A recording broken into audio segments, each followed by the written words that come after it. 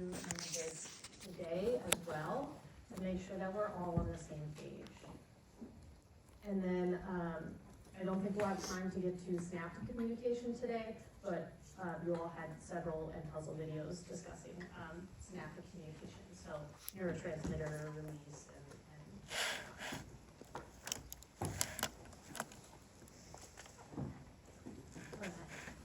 So, the anatomy of neurons and glia, these are the two cell types in the nervous system in humans, and the human brain contains approximately 100 billion individual neurons.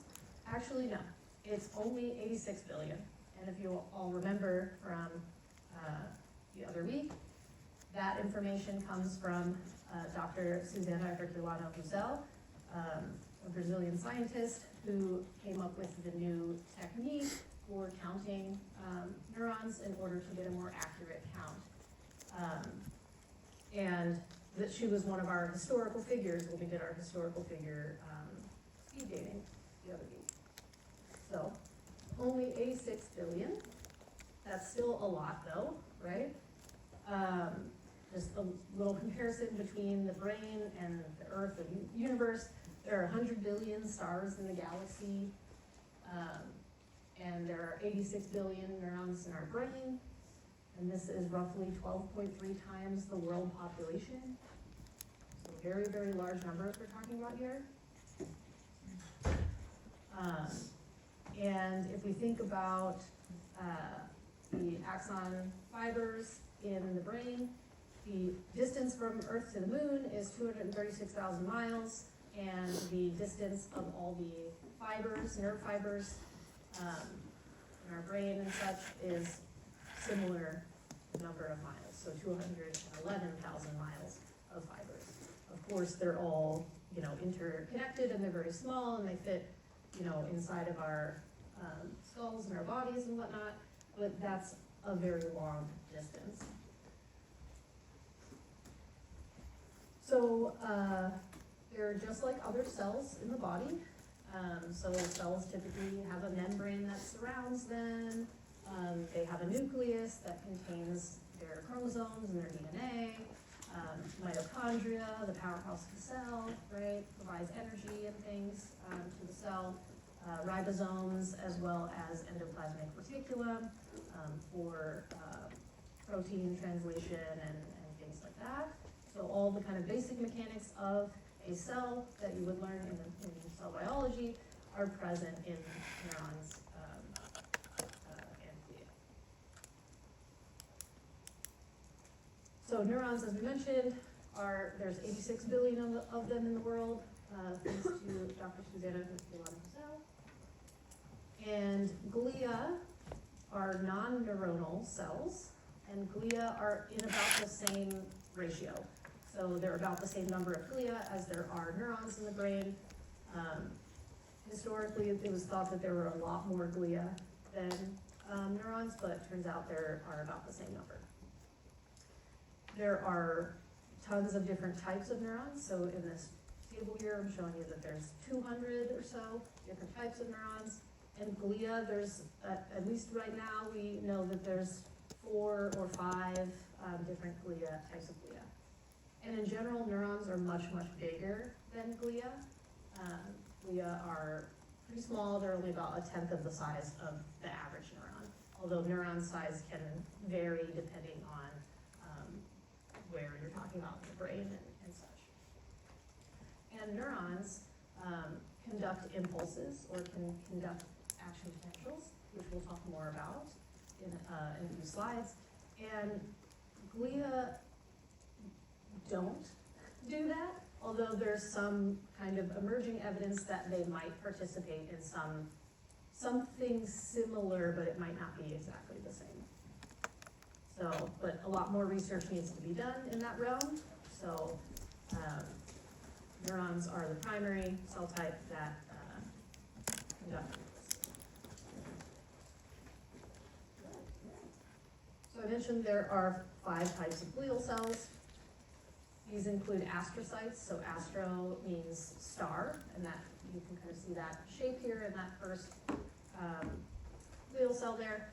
So astrocytes are star-shaped, and they have functions that include helping supply blood. They help with forming new synapses. They help modulate neural responses. They are very close to the synapses, and so they can help kind of modulate synaptic communication. And microglia, which are shown in the middle there, are kind of thought of as the garbage pickers of the nervous system.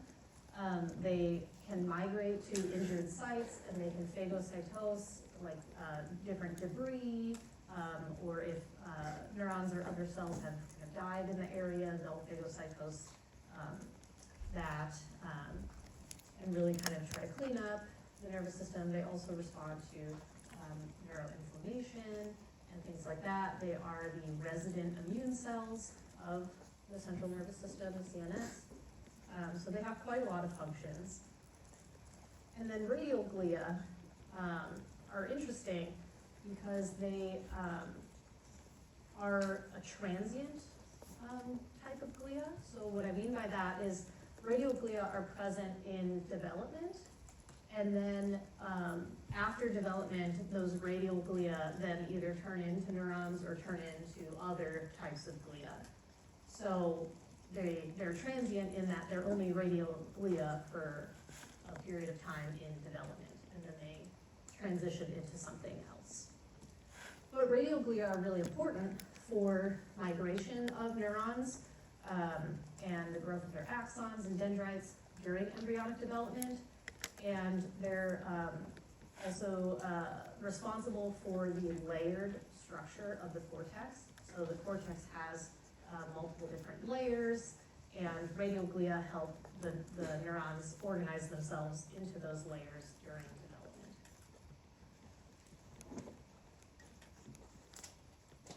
So those are 3 out of 5, right? So then the other 2 are glial cells that produce myelin, which is a fatty substance that surrounds axons to help insulate the axons. And we'll talk in a little bit about saltatory conduction and things that myelin helps with. But there are 2 types of glia here: oligodendrocytes, which form the myelin in the brain and the spine, so the myelin in the CNS, central nervous system, and then Schwann cells, which form the myelin outside of the brain and spine, so in the peripheral nervous system. And myelin in general helps improve communication between cells and makes the action potential and the electrical signal faster.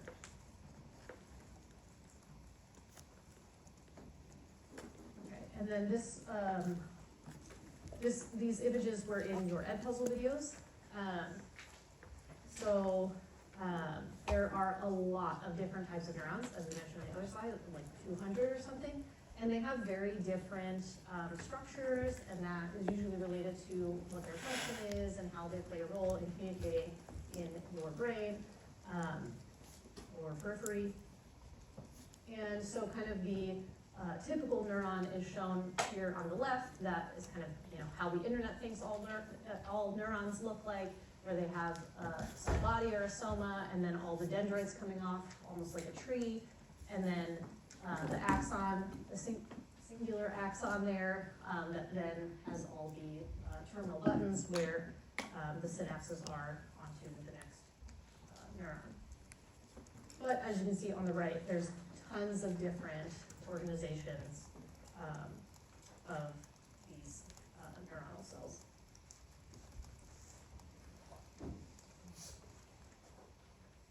And neurons can also be kind of classified into projection neurons and interneurons. So projection neurons are ones that project from one brain region to another. And interneurons are neurons that stay within the brain region. So they're kind of like local neurons versus projection neurons that travel across distances. And you can see here, this is really complicated, and this is a simplified diagram. So you can only imagine how much more complicated the brain is, and this is in particular showing an example of the cortex. So those Roman numerals on the left here are indicating the different layers of the cortex. So layers 1 through 6. And the projection neurons are these triangular shaped ones. They're also called pyramidal neurons. And they typically release glutamate, which is the canonical excitatory neurotransmitter. And then all these other little ones are GABAergic, so they release GABA, and they're considered interneurons because they're staying within the same brain region. And because they release GABA, they're typically inhibitory. And so they help to kind of regulate the function of those excitatory projection neurons. And there's tons of different types of GABAergic neurons, and you can see here they're distinguished by different calcium binding proteins, which we won't get into, but there are several different ways to identify these different types of interneurons. All right, next eye clicker question. What type of glial cell is responsible for the layered structure of the cortex? Oligodendrocytes, astrocytes, radioglia, microglia, or Schwann cells?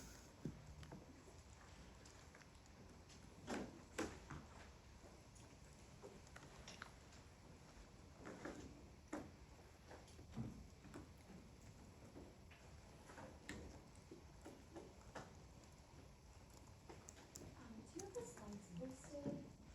They'll be posted after lecture. Okay.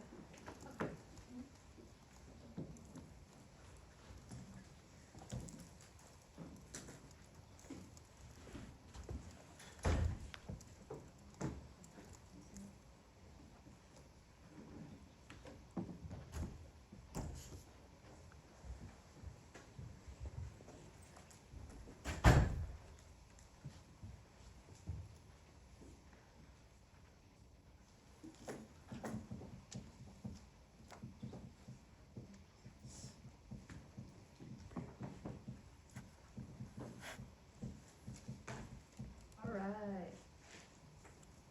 So, most of y'all said C, which is great. That is correct. Radioglia, those weird glia that only stay glia for a certain amount of time in development, those are the ones that are responsible for the layered structure of the cortex. All right. So I just showed you kind of a brain region, right, with different cells in it, but we're going to start zooming in on a single cell here.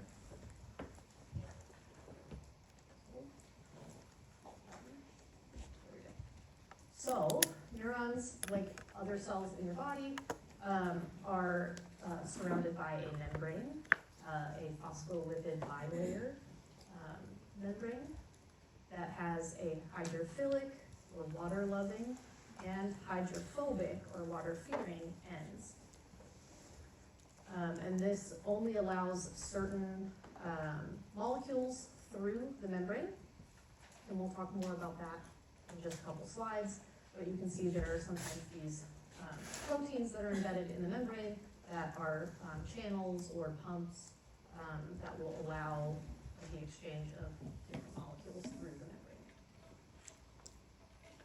So just a quick refresher here.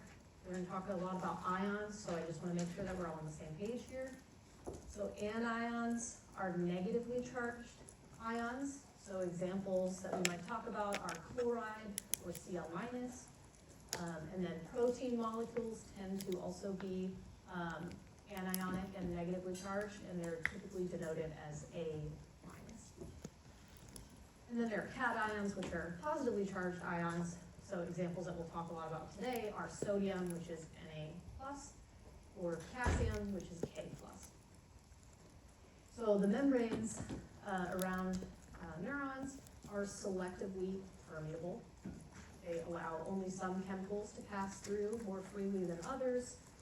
And sodium, potassium, calcium, and chloride pass through channels in the membrane. So they have to pass through protein channels. So So to kind of demonstrate what selective permeability means here, we have a beaker with a selectively permeable membrane separating the halves of the beaker. We have ions on the left there, so sodium chloride, salt water, so there's positive sodium ions and negative chloride ions. And then, yeah, we can think about this as the left side would be intracellular, right side extracellular. And then once protein channels are embedded into the membrane, then these ions can pass through. So in this example, these blue protein channels embedded in the membrane only conduct, or only allow chloride to pass through. So these channels are all very specific to certain ions. So they only allow certain things to flow through. And so in this example, chloride can flow through those channels and then become present on the other side. And they're free to flow in either direction. And so there are different forces that compel these ions to move. So one of the forces is the chemical or concentration gradient. So if there are a lot of chloride ions on this left side here, they'll want to flow into a place where they're in equilibrium on both sides. So in that case, they flow to the right side of the chamber, following their concentration gradient. And then there's also an electrical gradient. So an electrical gradient is opposites attract. So in this case, these positive ions here are attracted to the negative ions, and so you can see them coming closer to that membrane in that last image there.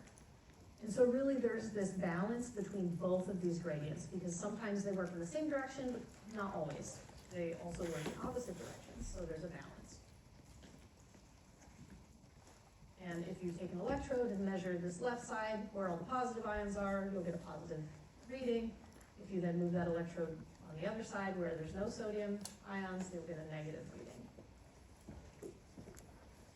All right, so I mentioned ion channels. Ion channels are for passive transport, meaning there's no energy required. The channels just, open in response to whatever their stimulus is to open, which could be a change in voltage, it could be a particular ligand or chemical molecule that binds to it.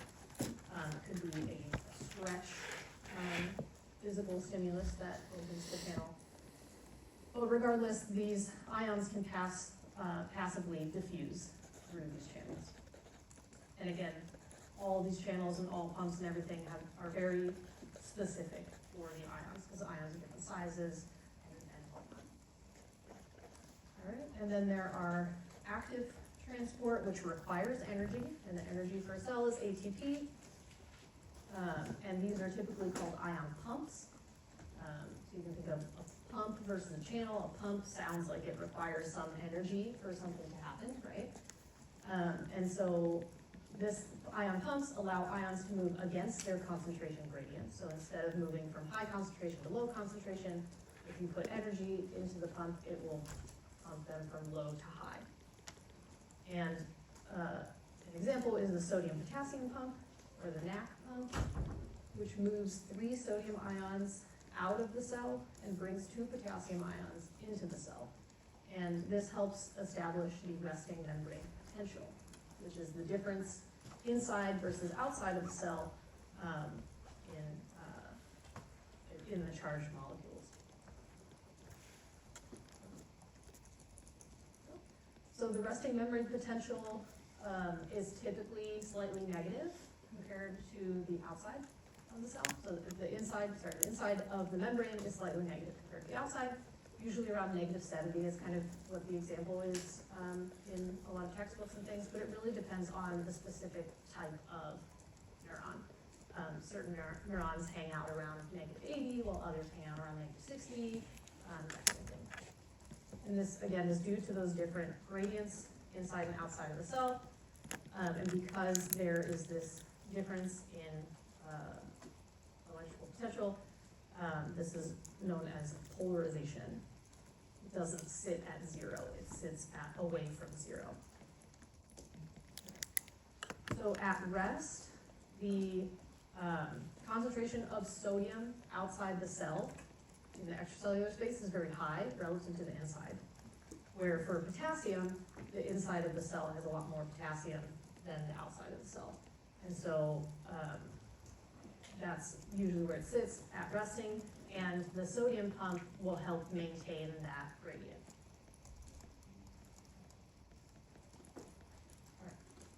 All right. And then I have a link there to a video that we will watch really quickly, hopefully, if the sound plays.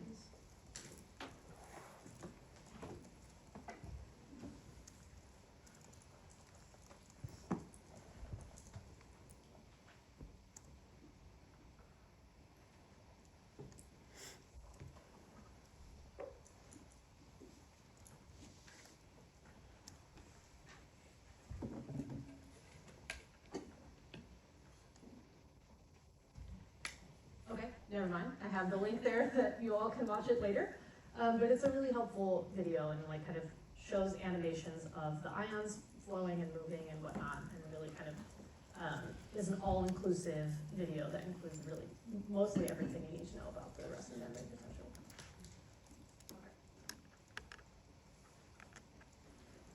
All right, so again, I mentioned these two gradients. They want to be in balance.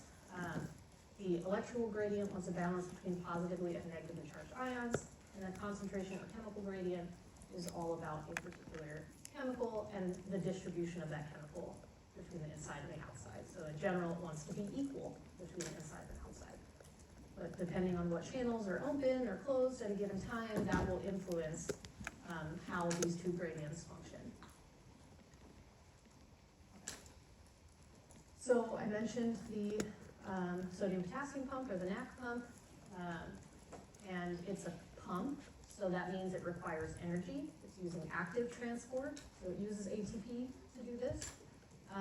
So this is a pump that pumps 3 sodium ions out and 2 potassium ions into the cell to maintain that gradient for the resting membrane potential. And this is working against the concentration gradient, because as I mentioned, the outside of the cell has a lot more sodium, but this pump is pumping more sodium outside of the cell. So that's why it needs energy to pump it against its concentration gradient. But it helps to maintain the electrical gradient. Hopefully that is clear. Okay.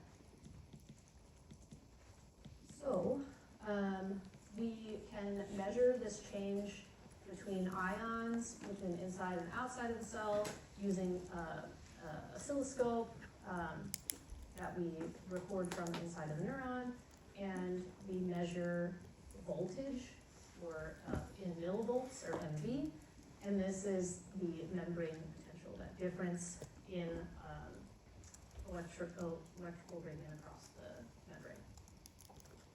So, if we have a cell that sits at -70 millivolts in voltage, and then it dips even lower, becomes more negative, that is called hyperpolarization. So remember, polarization is moving away from 0, and so we're moving it even further from 0, so it's hyperpolarization. And then the opposite direction, so if it starts at -70 and then it becomes less negative, or more positive direction, closer to 0, that's considered depolarization.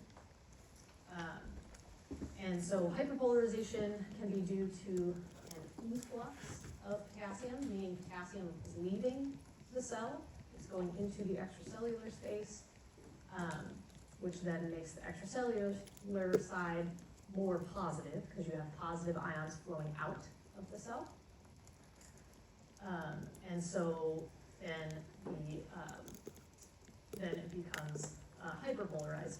And then you can also have this occurring from negative ions, like chloride, for instance, flowing into the cell to make the negative inside of the cell even more negative in that direction.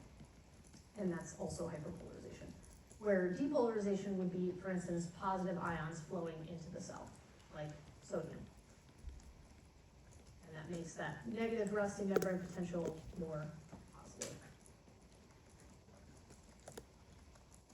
So there are graded potentials, which are different than an action potential. So graded potentials are things that are added or subtracted when they arrive at the soma. So these would include things like excitatory postsynaptic potentials, which are a type of depolarization. So you're going from resting and becoming less negative or more positive. And that would be an excitatory postsynaptic potential or an EPSP. And then inhibitory postsynaptic potentials are hyperpolarization, so moving again further negative would be an IPSP. And you can see those examples there. And then what's interesting with these graded potentials is that they can summate, which we'll talk more about in a moment, but you can see an example here of two EPSPs that happened in quick succession. And so before that first one came all the way back down to resting, another one occurred, and then it reached what we call threshold, a threshold potential, which is typically about negative 40 millivolts. But again, that varies by cell type. And once that membrane potential reaches threshold, then an action potential fires. So that's what's depicted at the end there.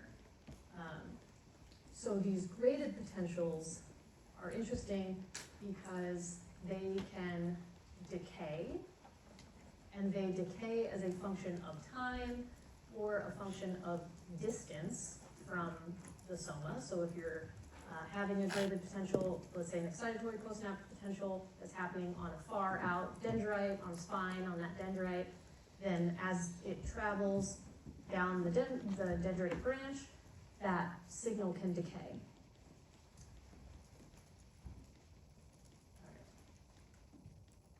So I mentioned summation a moment ago. There are two types of summation, and they can happen, they're not mutually exclusive. There's tons of summation happening because there's lots of different excitatory and inhibitory inputs that are occurring on a cell at any given moment.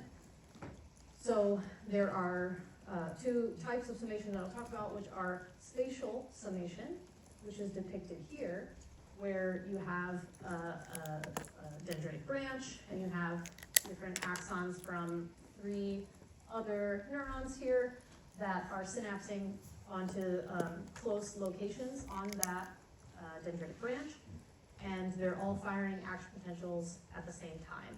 And so that signal then travels across the synaptic cleft in the form of neurotransmitter release and whatnot that you'll see in your Edpuzzle videos.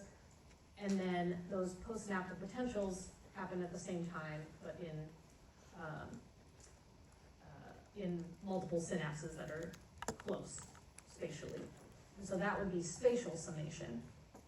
And what that looks like is kind of depicted there, which is a little bit different in depiction than temporal summation. So for temporal summation, we're only talking about, in this example, a single axon from another cell that is coming in and synapsing. So we're talking about a single synapse, but this single synapse has a signal multiple times in quick succession.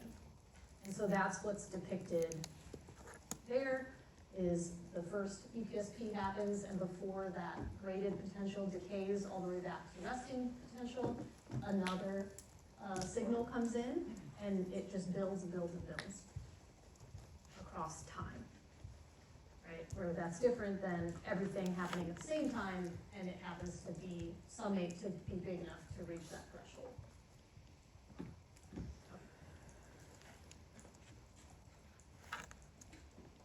All right, so I'll talk about threshold a little bit. Threshold in this depiction is shown at -50. Again, depends on the cell type.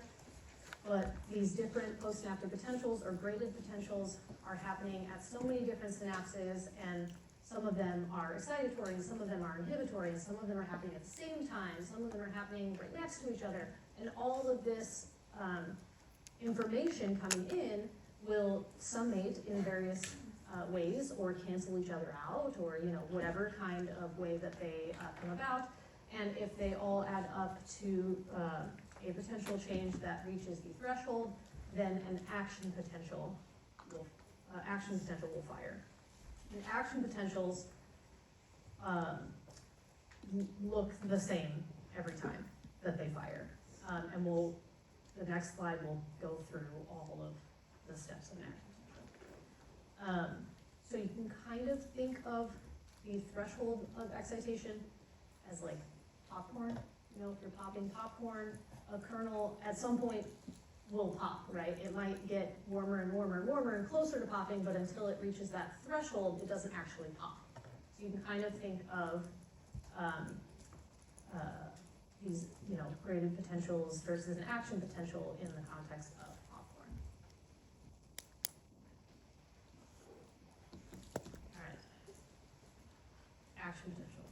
Very, very important foundational information here for neuroscience. All right. So they're very characteristic, right? They fire the same way every time as long as threshold is reached. And there's also a link here to another video that walks through the graphics of this exact picture. You can watch that on your own time. But in general, again, we start at resting membrane potential, shown in this first panel. At rest, there are potassium channels, A-positive channels, that are open. And they're just open at rest, and potassium can kind of move freely. And the sodium channels are closed at rest. And then with a little bit of excitation, so a little bit of depolarization,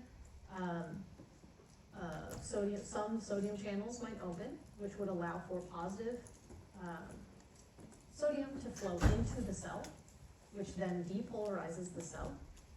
And if it does that enough to reach threshold, then we move into, from 2 into 3, where all of, not all, but like most of the sodium channels are open, and then tons of sodium can flow into the cell very quickly. And that's how we get this really quick, abrupt upshoot there. That actually goes above 0 and into the positive millivolt range.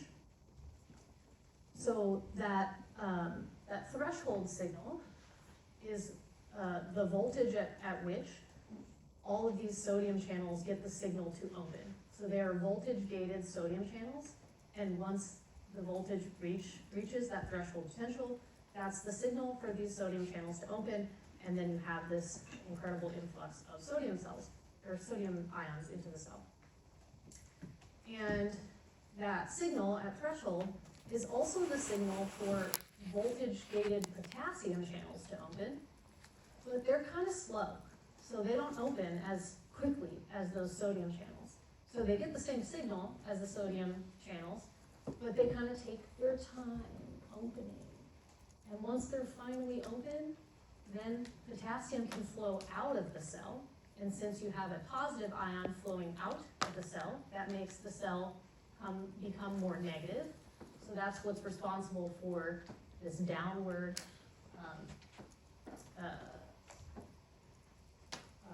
part of the action potential.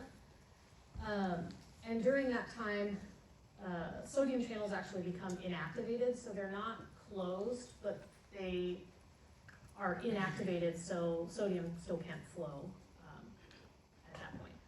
So now it's just potassium flowing outside of the cell, flowing out of the cell, so that brings it down. And as I said, those potassium channels are very slow. So not only are they slow to open, but they're also slow to close. And because of that, we see this undershoot in panel 4, in the blue there, where we actually go below resting membrane potential, because those potassium channels are not closing quick enough to stop it at resting membrane potential. So then what's happening to get us from panel 4 to panel 5, where we're back at resting membrane potential, is the NAC pump, the sodium pump. So that sodium potassium pump. That is what is helping to maintain and get us back to that resting membrane potential.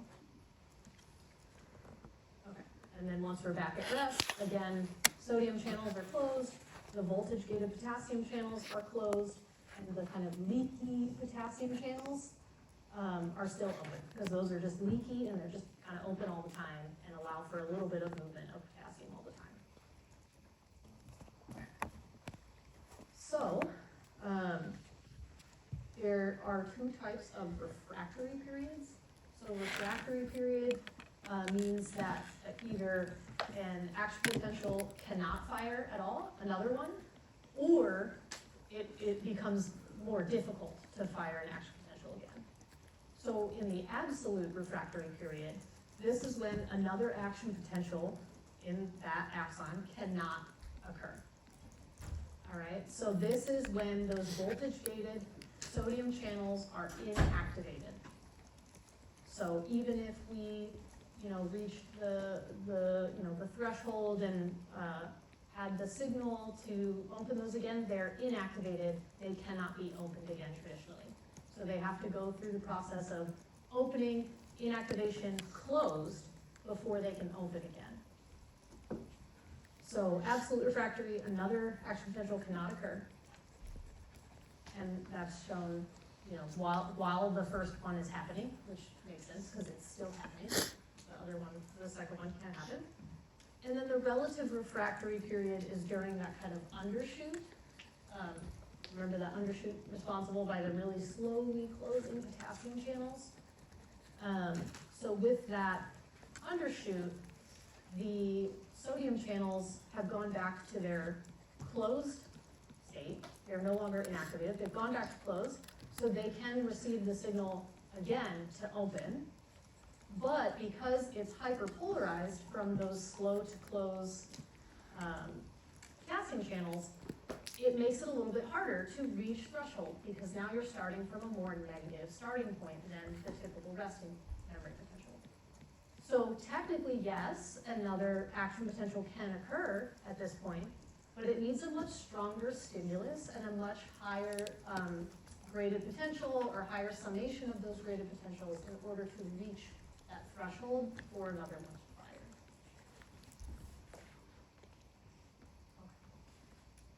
Okay. And in general, the refractory periods last about like a millisecond. It's very, very short, very quick, and action potentials can happen very, very rapidly in succession.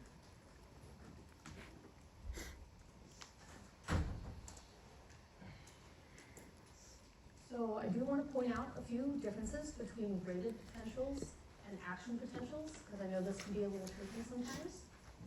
So graded potentials, remember, are EPSPs or IPSPs, excitatory or inhibitory postsynaptic potentials. And then action potential is our kind of canonical action potential that we saw on the last slide. So graded potentials, the size of those graded potentials, whether they're depolarizing or hyperpolarizing from resting memory potential, the size varies with the stimulus. So the strength of the signals coming in, okay? We talked about that with, in relation to the different types of summation. As we mentioned before, graded potentials decay, and they decay with time and with distance, so across time and across space. So an action potential, on the other hand, kind of follows this all or none law. So unless that threshold is reached, no action potential will happen, which is the none part of the law. And if the threshold is reached, then all of the action potential will happen. So the action potential is always the same size, regardless of what the stimulus was, as long as that stimulus reaches that threshold.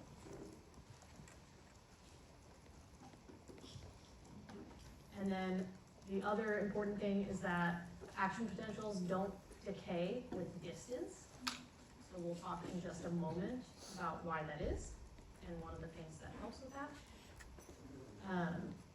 So yeah, the shape and the size of the action potential are independent of the intensity of the stimulus, as long as it reaches threshold.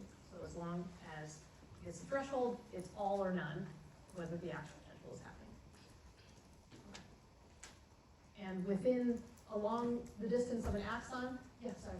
Oh, I have a question. Yeah. Okay, so So it has to reach threshold for the action potential. The threshold is like a level.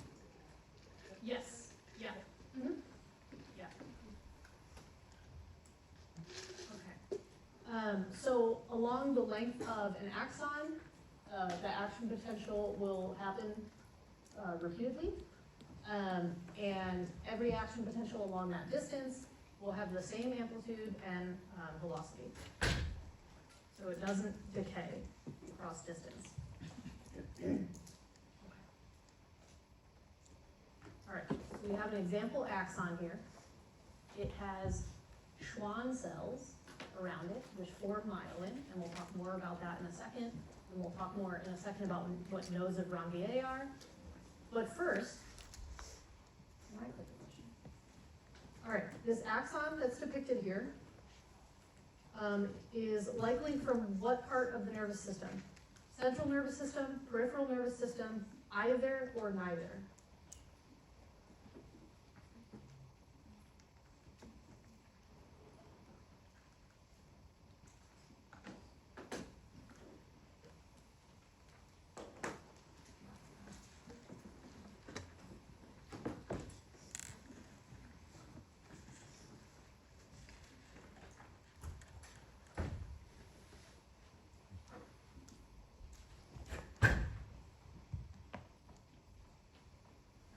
About 5 more seconds.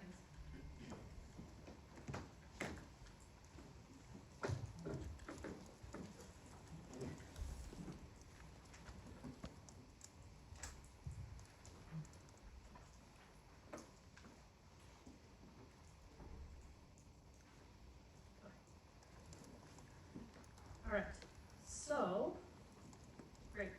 The majority of the response was B, peripheral nervous system. That is correct. So remember we talked about the 2 types of glia that produce myelin, oligodendrocytes and Schwann cells. Schwann cells are the ones that produce myelin in the peripheral nervous system, and oligodendrocytes are for the central nervous system. Okay.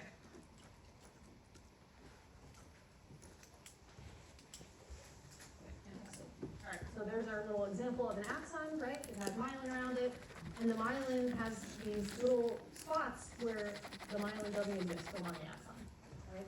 These little spots where there's no myelin are called the nodes of Ranvier, and the myelin will limit the area of propagation, the points of propagation, to these exposed patches. So what the myelin does is it kind of insulates it, so you can kind of think of the axon as like a copper wire, and then it has like some rubber insulator around it, and that kind of insulator would be the myelin, and the where the exposed bits are of that copper wire or of that axon is where the signal is conducted. And so this is how an action potential is propagated. It's called saltatory conduction. So saltatory comes from salta, saltar, which is to jump, and it kind of jumps from one node to the next. And you can see that depicted on the right there with how the channels are working and how those ions are flowing. And we talked about in detail how those are working in an action potential, and it's happening at each one of these nodes. And that's how it is conducted down the axon. And what the myelin does is it helps make this signal not decay or anything. It helps to conduct the action potential and the signal very quickly. So it helps make it both fast and efficient.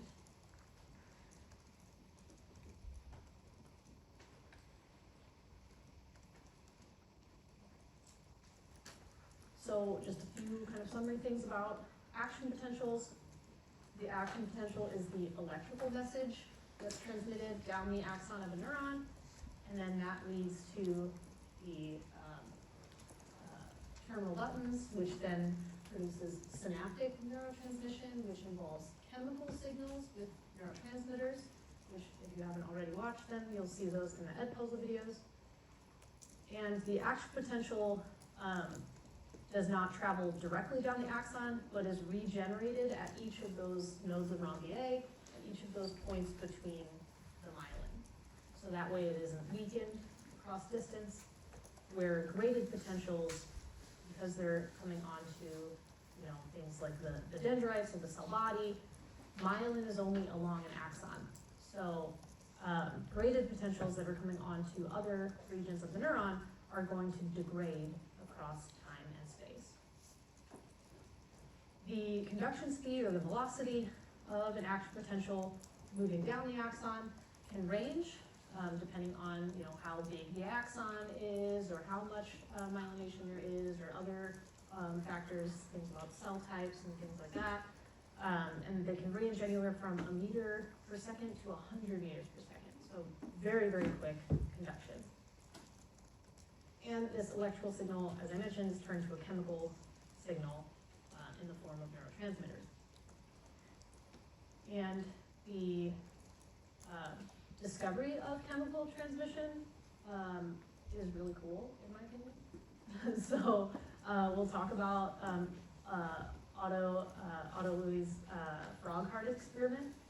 So he had this idea in a dream, and he couldn't read his scribble the next morning. So like, I don't know if any of you have like woken up from a dream and you're like, oh my gosh, that's an amazing idea. And you try to write something down when you're half asleep. And then you wake up the next morning, you don't really remember. But then he had the dream again.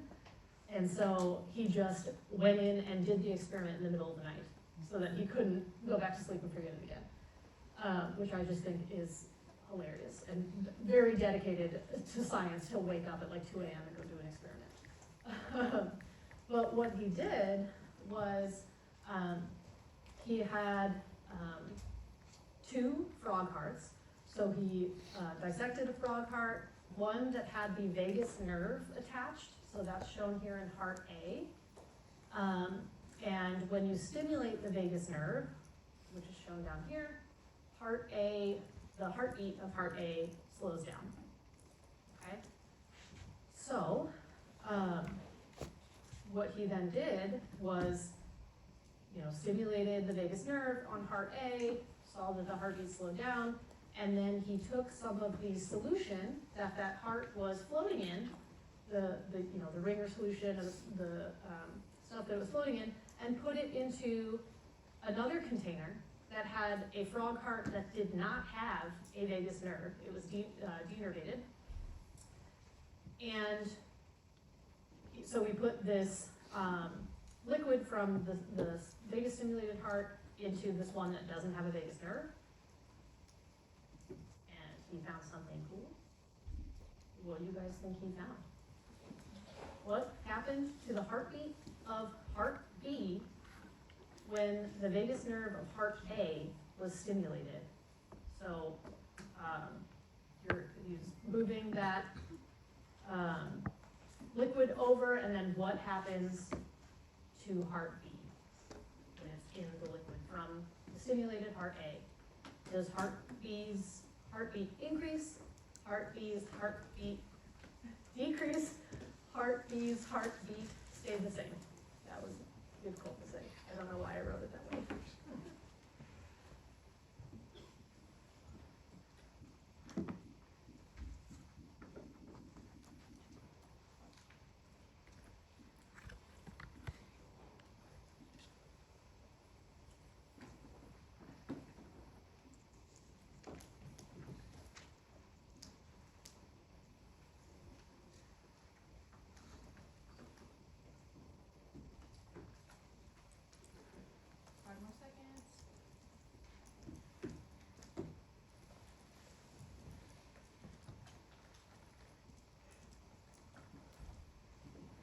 All right, so the majority of you said A, heart B's heartbeat increase. So let's look on the next slide. There we go. So it decreased. So when vagus A was stimulated here, and the solution was then transferred into heart B, the heart B beaker, Part B's heartbeat decreased. So this gave evidence to chemical transmission. So this couldn't be electrical because we're just moving solution over. It's not electrically connected. And so there must be something in this solution that the first part released, or that the first nerve released, that then that second part could respond to. And what he called this molecule was vagus stuff. It's spelled there. He was German, by the way. And so this is just, stuff released from the vagus nerve. So very creative guy. But what it turns out is that vagus stuff is actually acetylcholine.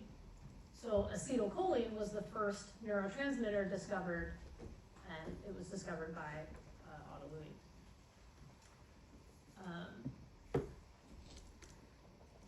So I thought that was really cool.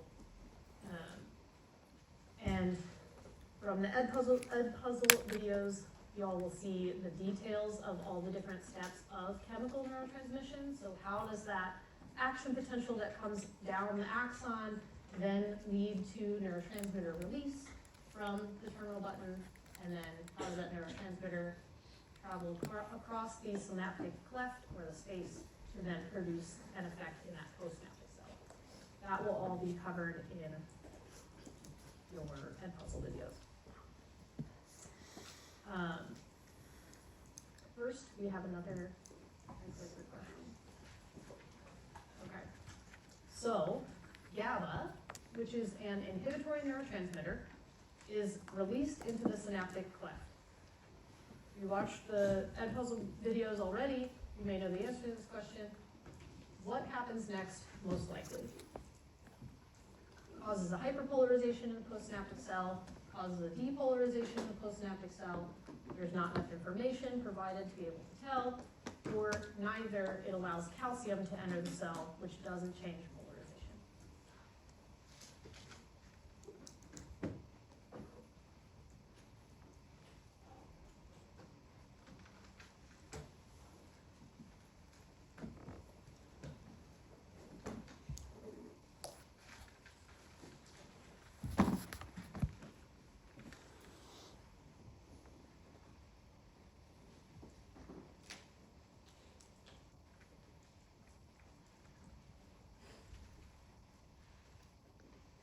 Another 10 seconds.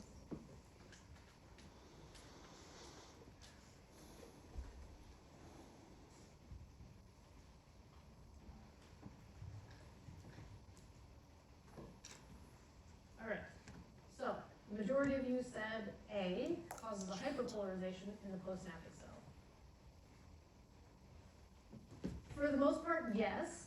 The actual answer is there's not enough information to tell. So I was not expecting you all to know this, but it's great that you all said hyperpolarization, because if it is inhibitory, then you would think it's producing an inhibitory postsynaptic potential, which is moving away more negative, farther from the resting membrane potential, which is hyperpolarization.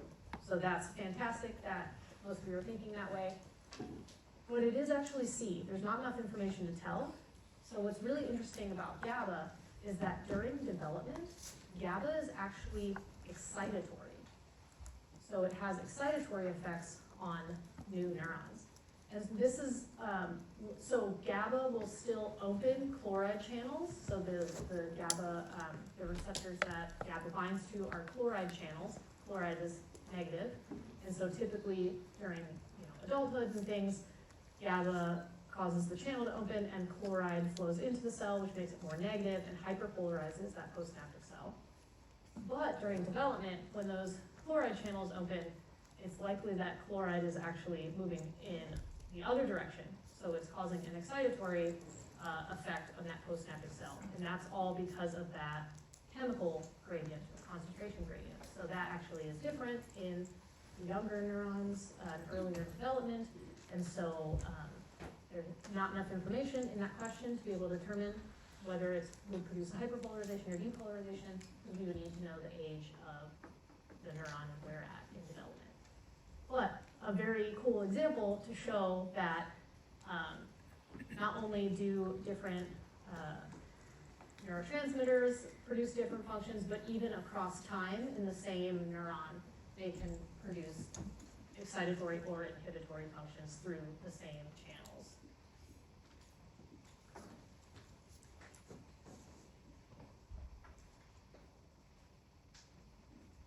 Okay, so just a little summary slide here.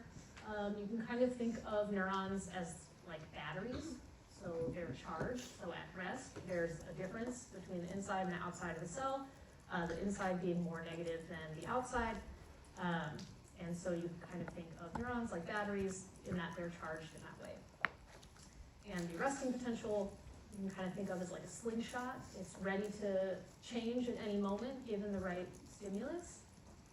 Graded potentials decay. They can also undergo summation to reach that threshold level. An action potential, you can think of like popcorn in that all or none phenomenon. Once it reaches threshold, it will fire all. It'll fire the same way every time. Or if it doesn't reach threshold, it just doesn't fire, which is different than those graded potentials. And these action potentials or nerve impulses are propagated along the axon by jumping along those nodes of Ranvier that are created through the myelin sheets on the axon. And once that impulse reaches the end at the terminal buttons, that electrical signal is then turned into a chemical signal through the release of neurotransmitters, which then bind to their receptors in the postsynaptic cell, which then transmits it back into an electrical signal, a graded potential. So it's just a big old loop here for this kind of signaling. Okay, and then I think we maybe, yeah, okay, I think we'll call it there, because I don't think we have quite enough time to watch the whole genetic secondary video. But thank you all, I'll see you next week. Did she say we never get all I cooked those questions right to be my first sentence, or like half of them. Fuck, that's two of them. And then I got one of them wrong. Well, they don't have to be right. Oh, you just have to answer them? Oh, okay.